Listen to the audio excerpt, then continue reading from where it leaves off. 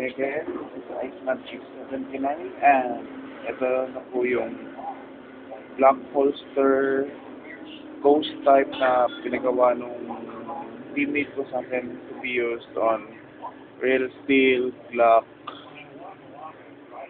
I'm using a KSC as mock-up para dun sa real steel niya since halos magkapareho lang sila ng sukat dito.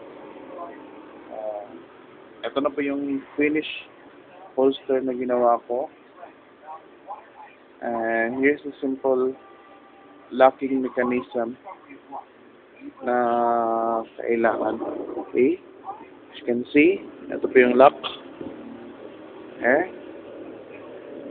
Limit din po siya. Meron siyang limiter na hindi susobra yung lock. Ayan. It's the locking mechanism. See? Okay. So, niya.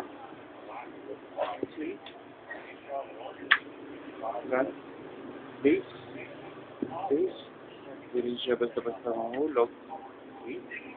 At, just take off the gun.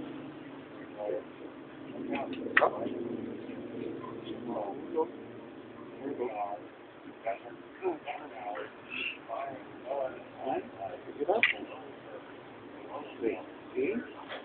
If you are walking around the range, pwede mo itong gamitin. This one. Just lock this one. Hindi na siya basta-basta maupo. Okay.